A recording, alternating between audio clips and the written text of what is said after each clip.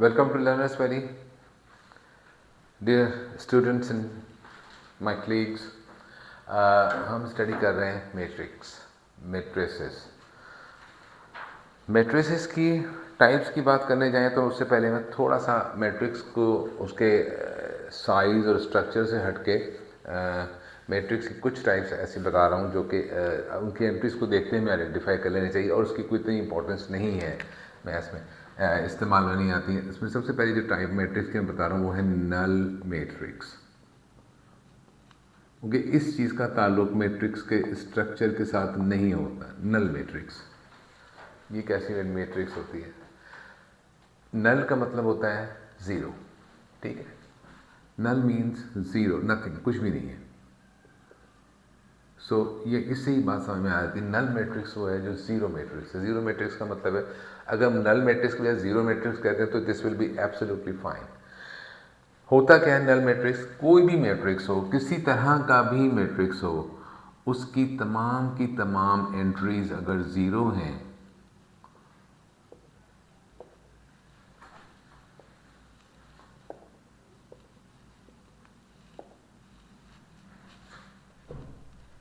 ये सारे different matrix हैं, इनके को नाम भी रखे जा सकते हैं। ओके, सपोज इसका नाम ए है, इसका नाम बी है, ये सी है। ये सारे के सारे ए बी सी नल मैट्रिक्स हैं, नल मैट्रिसेस हैं, ठीक है, प्लूरल मैट्रिसेस हैं इनका। क्योंकि इनकी जितनी भी एंट्रीज हैं, इसमें जितनी भी वैल्यूज़ हैं वो सब नल हैं, ज़ीरो हैं, तो ये नल मैट्रिक्स है। So this is something very different. इसका बाकी स्ट्रक्चर के साथ और इसकी शेप के साथ कोई ताल्लुक़ नहीं है। तो लिहाजा मैं इस चीज़ को पहले ही मैंने बता दिया कि नल मैट्रिक्स क्या होता है। अब इसका इस्तेमाल कहीं आएगा तो हम देख लेंगे, लेकिन नल का मतलब बिल्कुल क्लियर है। नल मीन ज़ीरो। जब सारी की सारी एंट्री ज़ीरो हो जाएंगी तो वो नल मैट्रिक्स बन जाएगी। इससे कोई ताल्लुक़ नहीं है कि वो मैट्रिक्स कैसे लग रही है। मैं एक मैट्रिक्स और यहाँ बना देता हूँ, बहुत ज़रूरी है उसको भी आपको देखना कि 0 0 0 0 ये मैट्रिक्स ज़रा इससे मुख्तलिफ लग रही होगी अगर आपको देख सकें तो, लेकिन ये भी नल मैट्रिक्स, इसका शेप जैसा भी है, ठीक है। तो इस तरह की मैट्रिक्स भी हो सकती है जो कि कैसी लग रही है। और ये मैट्रिक्स मुख्तलिफ है। ये देखें किस तरह की है, बिल्कुल लेंथ में चली गई है हॉरिजॉन्टली, ये बिल्कुल टॉप टू बॉटम जा रही है लेंथ के अंदर से। तो ये डिफरेंट टाइप की मैट्रिसेस हैं। इनको अब हम क्लासीफाई करके देखते हैं। मैं चाह रहा हूँ कि थोड़ी सी क्लासिफिकेशन की जाए इनकी, ना कि इनके नाम डायरेक्टली बता दिए जाएँ।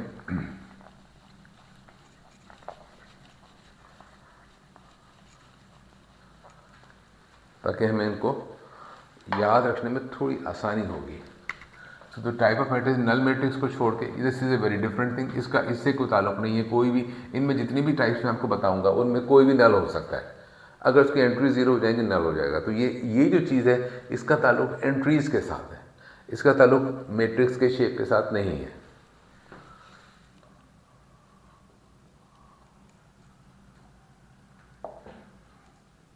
मैट्रिक्स की मेनली दो टाइप्स होती हैं।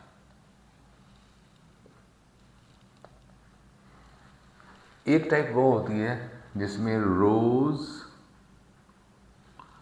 इक्वल नहीं होती हैं कॉलम के, और दूसरी टाइप वो होती है जिसमें रोज और कॉलम बराबर हो जाते हैं। I hope it's not difficult to understand कि रोज़ और कॉलम बराबर नहीं होंगे। इसका मतलब जितनी तादाद रोज़ की है कॉलम्स की तादाद उतनी नहीं होगी, कम भी हो सकती है, ज़्यादा भी हो सकती है। रोज़ को हम बुनियाद मान के चल रहे हैं, जब हम ऑर्डर लिखते हैं तो रो पहले आती है, और रो कॉलम बराबर हो जाएं तो जितनी रोज़ होंगी उतनी कॉलम होंगी। तो इसको क्या कहेंगे? तो याद रखें जब ये बराबर नहीं होते तो उसे हम कहते हैं रेक्टेंगुलर मैट्रिक्स।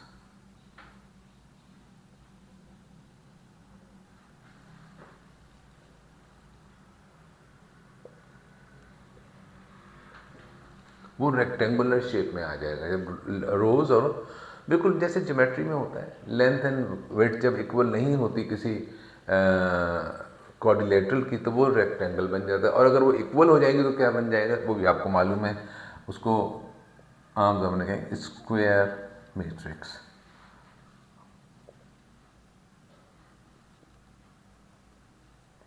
तो ये दो बेसिक टाइप्स हैं मैट्रिक्स की, rectangular matrix and square matrix. और ये बहुत इंपॉर्टेंट बाइफर्केशन है, क्योंकि इसकी स्टडी और इसकी स्टडी में बहुत फर्क होता है। एक क्वालिटी मैंने और डिस्कस करनी है वो साइड में, उसका ताल्लुक भी इसके साथ नहीं, वो मैट्रिक्स की क्वालिटी है जो हर मैट्रिक्स के साथ डिस्कस की जा सकती है। नाउ कम्स स्क्वायर मैट्रिक्स की तो फर्दर क्लासिफिकेशन हम नहीं करते, सिर्फ ये कह सकते हैं कि स्क्वायर मैट्रिक्स कौन से ऑर्डर की है। ठीक है, जब रोज इक्वल है तो स्क्वायर मैट्रिक्स हो सकती है, मैं यहाँ लाइन लगा के इसको बाइफर्केट कर रहा हूँ, स्क्वायर मैट्रिक्स हो सकती है सेकेंड ऑर्डर है। सेकेंड ऑर्डर का मतलब ये है कि रोज और कॉलम दोनों 2 हो जाए तो सेकेंड ऑर्डर है। और एक होती है थर्ड ऑर्डर, इससे आगे होने को तो हो सकती है फोर्थ फिफ्थ सिक्स, लेकिन उसको स्टडी करना हमारे लिए बहुत मुश्किल हो जाएगा, क्योंकि ये एक्सेल नहीं है, कंप्यूटर नहीं को आपको कैलकुलेट करके दे देगा, हमें मैनुअली करनी है सब चीज़ें। तो जितना ज़्यादा बड़ा हो जाएगा मैट्रिक्स उसके अंदर चीज़ों को देखना और समझना उतना मुश्किल होगा। तो ज़्यादा से ज़्यादा हम थर्ड ऑर्डर तक ही जाते हैं मैथ्स के अंदर।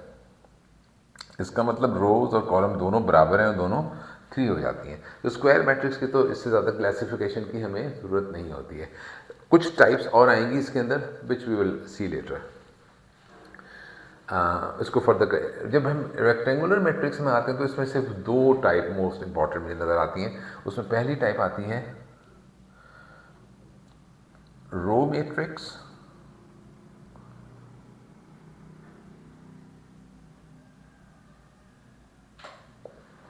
और दूसरी होती है कॉलम मैट्रिक्स।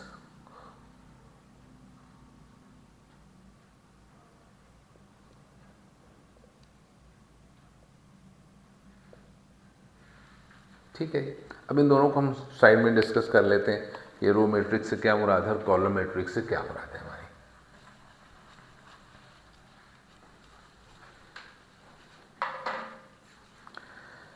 रो मैट्रिक्स क्या होती है?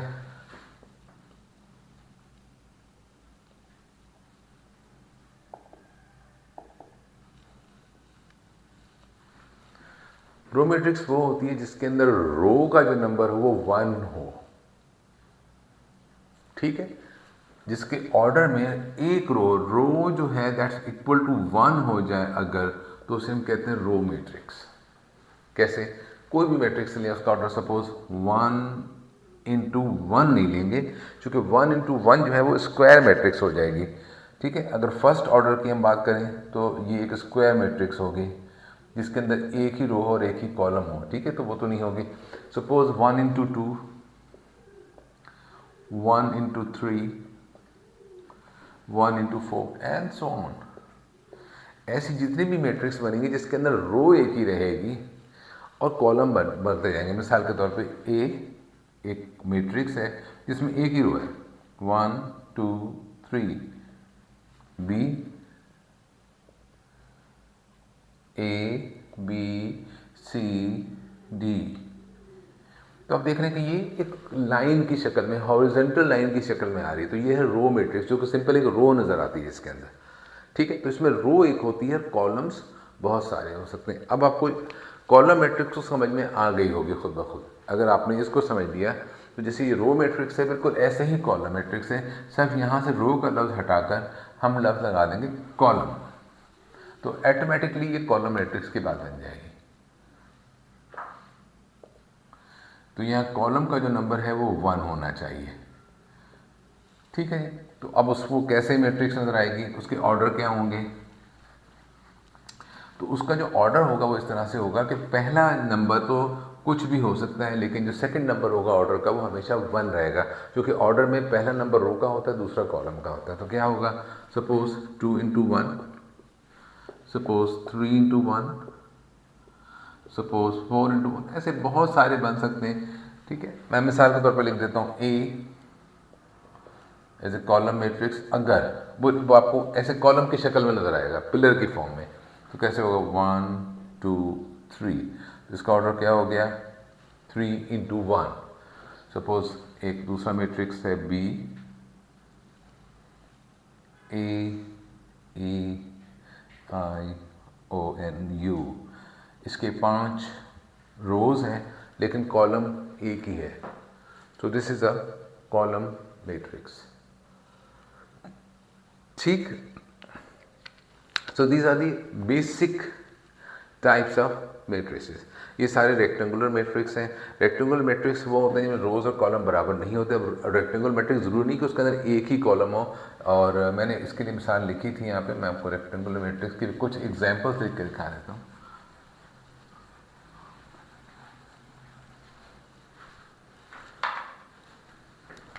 Look at here, suppose P is a matrix 2, 4, 8 and 9। तो अगर मैं इसको इस तरह छोड़ता हूँ तो देखें इसके अंदर रोज और कॉलम बराबर हो जाएंगे, तो ये फिर रेक्टेंगुलर मैट्रिक्स नहीं रहेगा, ये स्क्वायर मैट्रिक्स हो जाएगा 2 by 2 का। इसका मतलब अब मुझे इसमें या तो एक रो और ऐड करनी है या एक कॉलम ऐड करना है। मैं यहाँ ऐड कर रहा हूँ सपोज 1 and 5। अब आप देखें कि ये मैट्रिक्स जो है देखने में एक रेक्टेंगल की शेप दे रहा है आपको। ये लेंथ है इसकी और ये विड्थ है। तो इसकी रोज कितनी है 2, और इसके कॉलम्स कितने हैं 1, 2 and 3। इसका ऑर्डर है 2 into 3। तो रोज और कॉलम इक्वल नहीं है, ऑर्डर में नज़र आ रहा है। तो इसको देखे बगैर भी हम ऑर्डर को भी देख लें अगर मैट्रिक्स के, तो हम मालूम कर सकते हैं कि ये एक रेक्टेंगुलर मैट्रिक्स है। स्क्वायर मैट्रिक्स के अंदर रोज और कॉलम बराबर होते हैं। सो ये रेक्टेंगुलर मैट्रिक्स के एग्जाम्पल है। इसके अलावा रेक्टेंगुलर मैट्रिक्स की एग्जाम्पल जो थी वो रो मैट्रिक्स और कॉलम मैट्रिक्स जो है वो भी रेक्टेंगुलर मैट्रिक्स ही हैं, लेकिन ज़रूरी नहीं कि उसके अंदर 1 का नंबर आए, ऐसा भी हो सकती है एग्जाम्पल।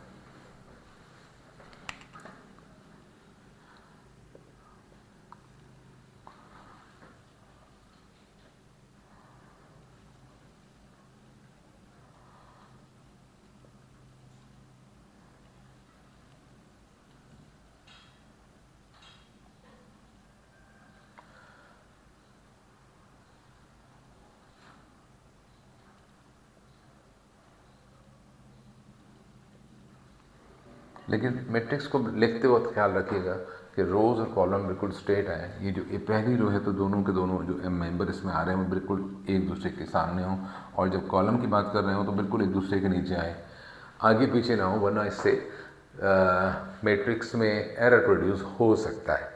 ठीक है, वो गलती ही कहना चाहिए उसको कि आपका लिखने का तरीका दुरुस्त नहीं होगा। तो इसके अंदर देखें तो इसमें कितनी रोज आ रही हैं, इसकी रोज हैं 1, 2, 3, 4, और कॉलम्स की बात करें तो 1 एंड दिस इज 2, तो ये बन रहा है इसका ऑर्डर 4 into 2। तो हम देख रहे हैं कि रोज और कॉलम इक्वल नहीं है, तो ये लेंथ वाइज रेक्टेंगुलर मैट्रिक्स है। So these are the basic types of matrix. अच्छा, इसमें हमने मेनली इस पर फोकस किया है अभी तक रेक्टेंगुलर मैट्रिक्स पे।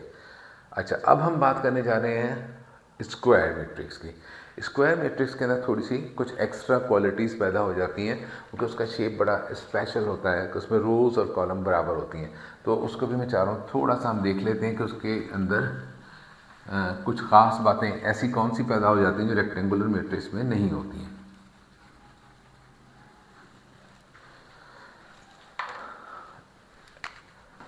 देखिए, अगर हम ज्योमेट्री की बात करते हैं तो ज्योमेट्री में अगर हम रेक्टेंगल लें, जैसे ये सपोज रेक्टेंगल है, और मेरी ड्राइंग की गलतियों पे मत जाइएगा, लेकिन मैं स्क्वायर बना रहा हूँ और एक रेक्टेंगल बना रहा हूँ जो पहचाने जाएंगे। तो ज्योमेट्री के अंदर जो स्क्वायर और रेक्टेंगल है दोनों बहुत एक ही जैसे होते हैं। इन दोनों के अंदर अगर हम अपोजिट वर्टिसेस को ज्वाइन करें, इसको कहते हैं डायगोनल।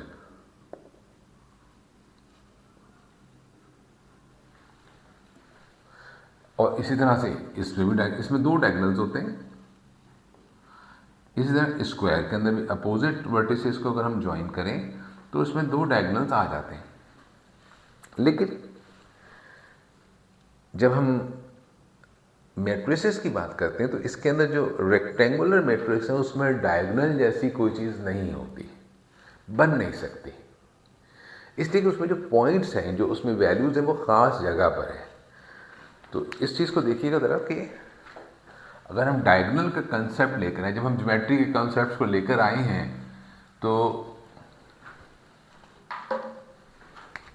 मिसाल के तौर पे एक मैट्रिक्स है A B C and suppose इसमें डी भी कर देता हूँ, E F G and H है। सो ये कहने की ज़रूरत तो नहीं है कि ये किस टाइप का मैट्रिक्स है, ठीक। लेकिन बी को देखें,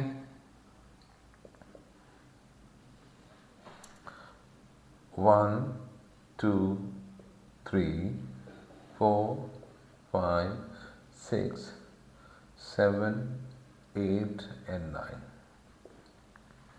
सो आई थिंक हम इस चीज़ को देखकर बड़ी आसानी से सेंस कर सकते हैं कि दो मैट्रिक्स बिल्कुल अलग टाइप के हैं। ए जो है वो इस टाइप का अंदर आ रहा है, this is a rectangular matrix, इसके अंदर रोज और कॉलम डिफरेंट है। जबकि बी जो है वो ये वाला मैट्रिक्स है जिसके अंदर थर्ड ऑर्डर का, इसके अंदर हमें 3 रोज और 3 कॉलम्स नजर आ रही हैं। देखिए अगर मैं यहाँ पे डायगोनल बनाना चाहूँ तो क्या होगा, ए को ज्वाइन कर दूंगा एच के साथ, दरमियान में क्या आएगा। लेकिन जब मैं यहाँ बनाता हूँ डायगोनल, देखिए तो ये एक डायगोनल बन जाता है इसमें। सेम वे इसके अंदर ये भी एक डायगोनल बन जाता है। इसलिए डायगोनल का जो वर्ड है मैट्रिक्स के अंदर वो सिर्फ स्क्वायर मैट्रिक्स के साथ ही इस्तेमाल हो सकता है, वो रेक्टेंगुलर मैट्रिक्स में इस्तेमाल नहीं होता। तो ये एक बहुत इंपॉर्टेंट क्वालिटी है स्क्वायर मैट्रिक्स की, जो कि सिर्फ स्क्वायर मैट्रिक्स में ही पाई जाती है, चाहे वो किसी भी ऑर्डर का हो। अब इसके अंदर मैं ए मैट्रिक्स को यहाँ से हटा रहा हूँ चूँकि ये रेक्टेंगुलर मैट्रिक्स है और इसका डायगोनल के साथ कोई ताल्लुक ही नहीं है। यहाँ पे मैं एक और स्क्वायर मैट्रिक्स बना रहा हूँ, से 2 3 5 एंड 7। ये भी स्क्वायर मैट्रिक्स है और इसका order second order square matrix है, इसके 2 रोज हैं और 2 कॉलम हैं। तो ये भी इसके अंदर भी डायगोनल एग्जिस्ट कर सकता है। देखिए ये और एक ये।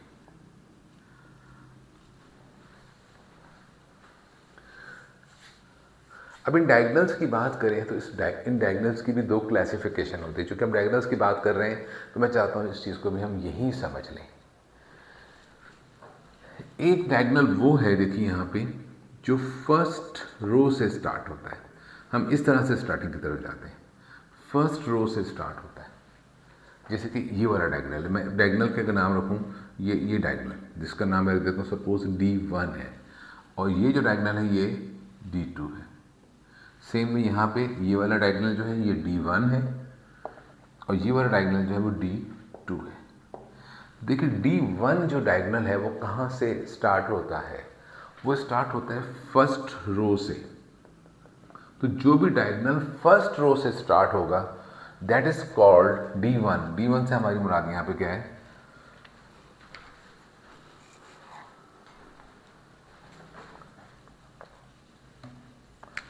D1 का मतलब है हमारे पास, इस वर्ड को याद रखिएगा, प्राइमरी डायगोनल। Primary diagonal.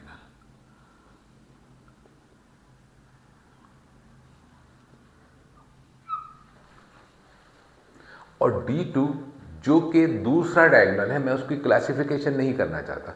आप अगर सिर्फ प्राइमरी डायगोनल को पहचान लेंगे कि जो पहली रो से स्टार्ट हो रहा है, पहली रो और पहले कॉलम से स्टार्ट हो रहा है 1 जिसके साथ, वो पहला डायगोनल है प्राइमरी डायगोनल। और दूसरा डायगोनल कौन सा है, जो भी है, लेकिन वो डायगोनल 2 से ज़्यादा डायगोनल नहीं बन सकते। ठीक है, दिस इज क्लियर। अब वो डायगोनल दूसरी रो से भी स्टार्ट हो सकता है, वो तीसरे से भी हो सकता है।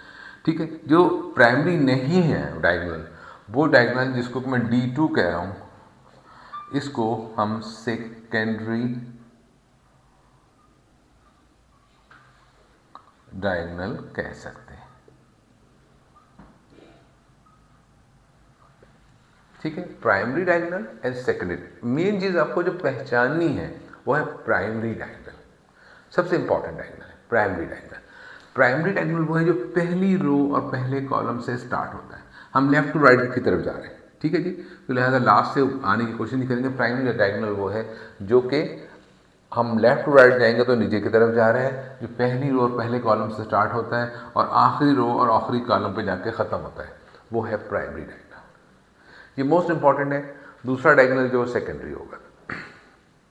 तो ये एक बड़ी इंपॉर्टेंट कैरेक्टरिस्टिक है, वो है डायगोनल, जो कि स्क्वायर मैट्रिक्स में ही होती है। रेक्टेंगुलर मैट्रिक्स में आपको डायगोनल का कंसेप्ट नहीं मिलता। अब हम स्टडी करने जाएंगे तो हमें सबसे पहले मैं इसकी जो फर्दर डिटेल, ये जो डायगोनल के इस्तेमाल है, डायगोनल के बेस पे हम इसकी और क्या क्लासिफिकेशन करते हैं, वो हम बाद में डिस्कस करेंगे। मैं फिलवक्त एक जनरल बात बताना चाह रहा हूँ जो हर डायगोनल मैट्रिक्स पे, हर मैट्रिक्स के लिए वैलिड है, वो है इक्वालिटी ऑफ मैट्रिसेस। दो मैट्रिक्स इक्वल कब होंगे?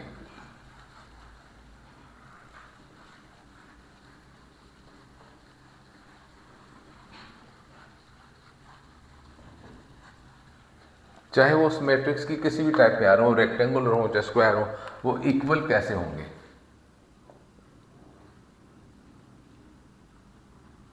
Equality of matrices. दो मैट्रिक्स की बात हो रही है कि वो इक्वल है, तो किस तरह हम डिसाइड करेंगे कि वो मैट्रिक्स इक्वल है? मैं इस बात को डिस्कस करने से पहले चाह रहा हूँ कि हम कुछ एग्जांपल्स देखें मैट्रिक्स की, कि मैट्रिक्स किस तरह के नज़र आते हैं और हम किस बेस पे उनको इक्वल कह सकते हैं।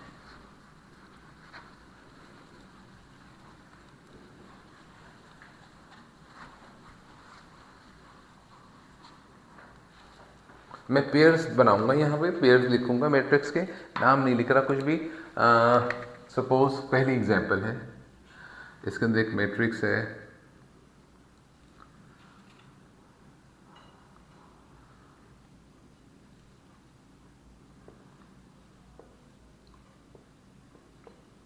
ये मैट्रिक्स है, इसके 6 मेंबर्स हैं, 2 3 5 7 11 एंड 13, 5 मेंबर्स लिख दिए मैंने इसमें। नाउ इसका जो दूसरा मैट्रिक्स मैं ले रहा हूँ वो इस तरह से है।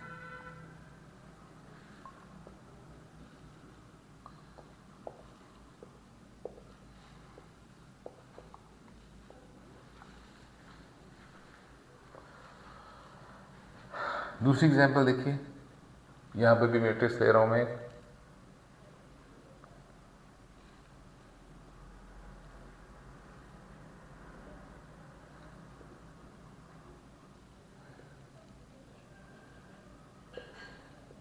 जस्ट फॉर क्लैरिफिकेशन 6 अल्फ़ाबेट्स ले लिए मैंने। इस मैट्रिक्स का ऑर्डर है 2 into 3। दूसरी मैट्रिक्स जो इसके साथ पेयर कर रहा हूँ मैं, वो क्या है देखिएगा,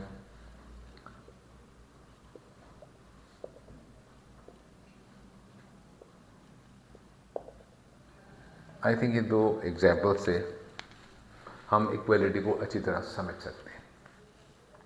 अब ये दो मैट्रिक्स हैं, अब इनका नाम रख देते हैं। सपोज कि ये ए मैट्रिक्स है, ये बी है, and say this is C and this is D. हम मुवाजना कर रहे हैं ए का बी से और सी का डी से, दो अलग अलग एग्जाम्पल्स हैं। अब देखना ये है कि क्या ए और बी इक्वल मैट्रिक्स हैं, देखने से आपको क्या लग रहा है। और अगर वो इक्वल लग रहे हैं तो सोचिए इस बात पे क्यों लग रहे हैं, आपको इक्वल क्यों लग रहे हैं, पहला सवाल तो ये कीजिए। और अगर कोई कहता है कि इक्वल नहीं है तो उसका रीज़न क्या है कि वो इक्वल क्यों नहीं है।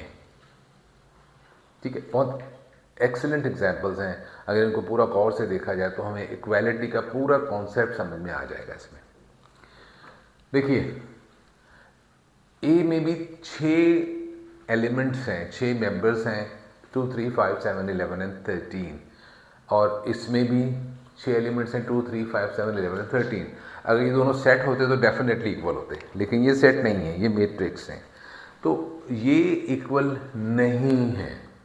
Now, this is a very bold statement I am making here कि A is not equal to B। क्यों नहीं है इक्वल? दोनों में 6 मेंबर्स हैं, सेम मेंबर्स हैं, फिर भी इक्वल नहीं है। तो इसका इन दोनों के इक्वल ना होने का रीज़न क्या है? ठीक है, इक्वालिटी हमें तब समझ में आएगी, मैं कंट्रास्ट बेस पे पढ़ा रहा हूँ इस वक्त, कि हम पहले समझें कि इक्वल क्यों नहीं होते। जब हमें ये समझ में आ जाएगा कि किस किस शक्ल में मैट्रिक्स इक्वल नहीं होते, तो हमें पता चल जाएगा कि इक्वालिटी कैसे एग्जिस्ट करती है।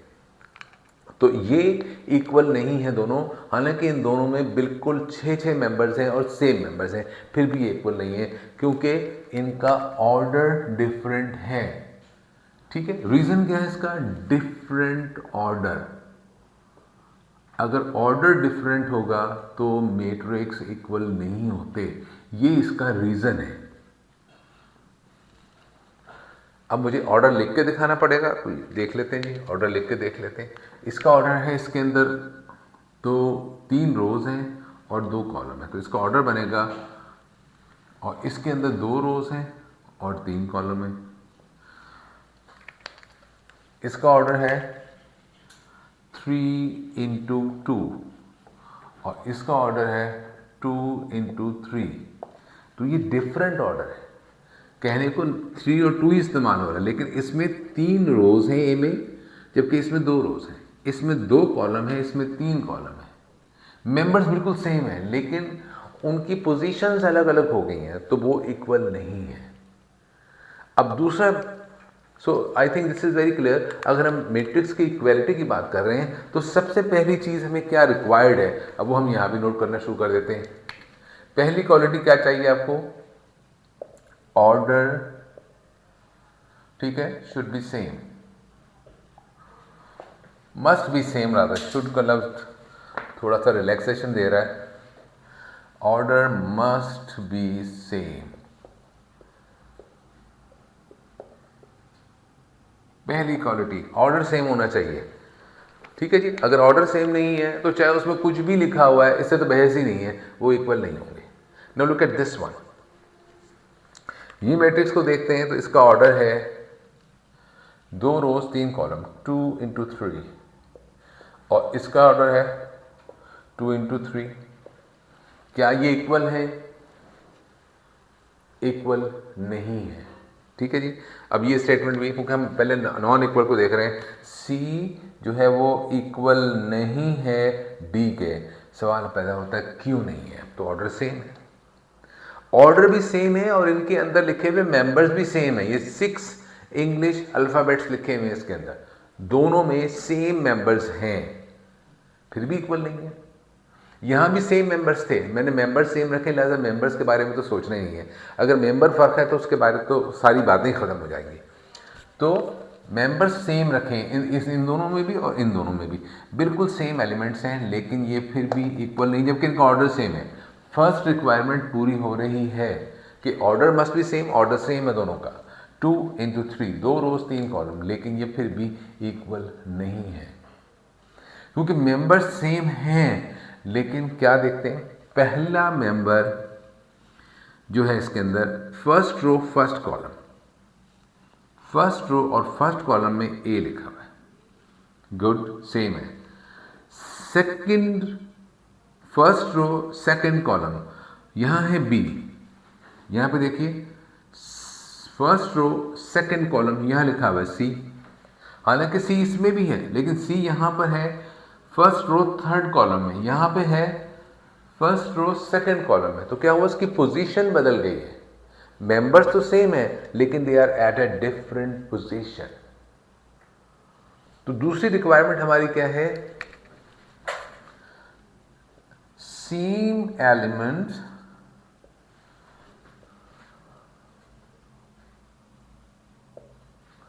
एट द सेम पोजीशन, कि एलिमेंट भी सेम हो लेकिन उसकी पोजीशन भी सेम होनी चाहिए। सेम नंबर लिखा हुआ हो, सेम वैल्यू हो, सेम अल्फ़ाबेट हो, सेम एंट्री हो, लेकिन वो उसी जगह पर होनी चाहिए जहाँ पर एक के अंदर है। सपोज यहाँ पर ए मुझे जहाँ नज़र आ रहा है, ए वहीं है, लेकिन यहाँ जहाँ बी है वहाँ बी नहीं है इस मैट्रिक्स में, वहाँ यहाँ सी आ गया है, और बी कहाँ चला गया, डी की जगह पर चला गया। डी कहाँ चला गया, ई की जगह पर चला गया। एफ जो है वो एफ की जगह पर ही है। देखिए ए और एफ दोनों एक जगह पर हैं, लेकिन अगर एक मेंबर भी अपनी पोजीशन मिस कर देता है तो फिर मैट्रिक्स इक्वल नहीं रहते। ठीक है, तो मैट्रिक्स के इक्वल होने के लिए क्या कंडीशन है? सबसे पहली कंडीशन जो कि मस्ट है, जो कि मैंने यहां लिखी हुई है, मैं मेंटेन की हुई है इसमें, वो क्या है? सेम एलिमेंट्स होने चाहिए। वो तो रिक्वायरमेंट है ही कि एलिमेंट्स बिल्कुल सेम होने चाहिए। टोटल 6 मेंबर हैं इसके अंदर, 6 हैं और 6 के 6 सेम है। ठीक है जी, लेकिन अब उसके बाद में कंडीशन आती है कि उनका ऑर्डर सेम होना चाहिए। ऑर्डर भी सेम हो जाए, फिर इंपॉर्टेंट चीज आती है पोजीशन ऑफ एलिमेंट्स भी सेम होनी चाहिए, कि जो मेंबर एक मैट्रिक्स में जिस जगह पर लिखा है वही मेंबर दूसरे मैट्रिक्स में उसी जगह पर लिखा होना चाहिए, तो मैट्रिक्स इक्वल होंगे। नाउ अब इन दोनों मैट्रिक्स को जो कि यहाँ इक्वल है, अगर उन्हें मैं इक्वल शो करना चाहता हूं तो वो मैट्रिक्स कैसे होंगे? वो मैट्रिक्स तब इक्वल होंगे, सपोज ये ए बी सी डी एक स्क्वायर मैट्रिक्स है, लेकिन मैट्रिक्स के लिए स्क्वायर इक्वालिटी के लिए स्क्वायर और रेक्टेंगल की बात नहीं है। दो मैट्रिक्स इक्वल होंगे तो वो उनकी इक्वालिटी के लिए कंडीशन जो है वो सेम है, ए बी सी डी। एक सिंपल सी एग्जाम्पल नहीं मैंने रहा था। देखिए इसके मेंबर्स सेम हैं, लेकिन मेरा ख्याल है मेंबर्स को भी छोड़ देना चाहिए। सबसे पहली चीज़ हमें चेक करनी चाहिए ऑर्डर। ऑर्डर इसका है 2 इंटू 2, इसका ऑर्डर भी है 2 इंटू 2, सेम ऑर्डर आ गया। फिर सेम एलिमेंट्स हैं, yes A B C D same है। अब आप पोजीशन चेक कीजिए, ए कहाँ लिखा है? ए लिखा हुआ है 1 1 पे, पहली रो पहला कॉलम। यहाँ पे देखिएगा ए जो है कहाँ है? 1 1 पे। बी कहाँ है? 1 2 पे। ये ए की पोजीशन, इसकी पोजीशन क्या है? 1 2, पहली रो और दूसरा कॉलम। ये क्या है? सी कहाँ लिखा हुआ है? ये लिखा हुआ है 2 1 पे, दूसरी रो पहला कॉलम। देखिएगा सी यहां पे भी कहाँ लिखा हुआ है? 2 1 पे। और डी कहाँ है? 2 2 पे, सेकंड रो सेकंड कॉलम। यहां पे भी डी कहाँ लिखा हुआ है? 2 2 पे। तो इस तरह हम किसी पोजीशन को, किसी मेंबर की पोजीशन को चेक करने के लिए 2 नंबर लिखते हैं, उसको हम आई जे फॉर्म कहते हैं। आई जे फॉर्म, आई जे फॉर्म का मतलब कि जो पहला नंबर होता है वो रो की पोजीशन को जाहिर करता है, और दूसरा, मैं तो यहाँ कॉमा लगा दिया लेकिन नॉर्मली ऐसे लिखा जाता है कि 1 1, ठीक है, 1 2 2 1 एंड 2 2। तो ये जो नंबर है ये 11 12 या 21 22 नहीं है, ये नंबर पोजीशन है। इसे आई जे के फॉर्म में कहते हैं, किसी मेंबर की पोजीशन। आई जे, आई रो की पोजीशन है, जे कॉलम की पोजीशन है। 1 1 का मतलब है कि पहली रो पहला कॉलम। 1 2 का मतलब है पहली रो दूसरा कॉलम। पहला नंबर कॉलम का होता है जी, दूसरा कॉलम पहली रो, सॉरी दूसरी रो पहला कॉलम, और ये दूसरी रो दूसरा कॉलम। इस तरह से ये जो पोजीशन नंबर है ये सेम हो जाए सेम मेंबर के, तो फिर ये 2 मैट्रिक्स इक्वल होंगी। Same members, same order, same position, तो फिर हम कहेंगे कि मैट्रिक्स इक्वल होती है। तो इक्वालिटी ऑफ मैट्रिक्स थोड़ा सा बहुत स्ट्रिक्ट आइडिया है, बहुत स्ट्रिक्ट आइडिया है, इसलिए इसको समझना बहुत ज़रूरी था कि 2 मैट्रिक्स को हम इक्वल कब कह सकते हैं। अब हम फर्दर मैट्रिक्स के ऊपर और बातें देखेंगे, फंक्शंस ऑफ मैट्रिक्स पे जाएंगे कि मैट्रिक्स जैसे सेट पे हमने मुख्तलिफ फंक्शंस किए थे, इस तरह मैट्रिक्स के भी बहुत सारे फंक्शंस होते हैं। हम मैट्रिक्स से फंक्शन करना सीखेंगे और फिर ग्रेजुअली हम जाएंगे स्क्वायर मैट्रिक्स की तरफ। और स्क्वायर मैट्रिक्स की भी बहुत सारे डायग्नल्स हमने देखे हैं, उसकी बेस के ऊपर बहुत सारी क्लासिफिकेशन भी होगी उसकी, और उसकी बहुत सारी फंक्शंस भी किए जाएंगे। Okay, then thank you very much, till next lesson.